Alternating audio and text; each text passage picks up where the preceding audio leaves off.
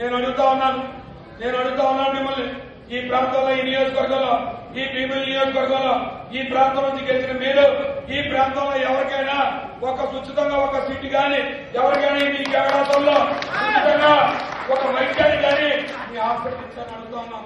కానీ మీరు మాత్రం 54 ఎకరాల భూమిని ధైర్యంగా అడుగుతున్నారు. మళ్ళీ మీరు ఏం చెప్తున్నారు? ఈ భూమి మా ఆధీనంలో ఉంది, మేము కబ్జా చేస్తాం, మేము కబ్జా చేసుకుంటాం కాబట్టి మేము స్వాధీనం చేసుకుంటామని చెప్తారు.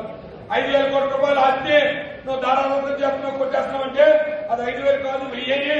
ఆ 1000 తీసుకుంటానని చెప్తున్నాడు. చాలా మహానుభావుడు. ఈయన పార్లమెంట్ సభ్యుడు అయ్యాడు. ఈయన పార్లమెంట్ సభ్యుడితో మన ఓట్లు తీసుకొని ఆఖరికి ఏంటంటే చేయబోయేది ఆయన 1000 కోట్ల రూపాయలు ఆస్తిని హాయిగా దారాదత్తం చేసుకుని హ్యాపీగా ఉపయోగించాం అని చెప్తున్నాడు. కానీ దాని మార్కెట్ విలువ ఈ రోజు 5,000 కోట్ల రూపాయలు ఆస్తి.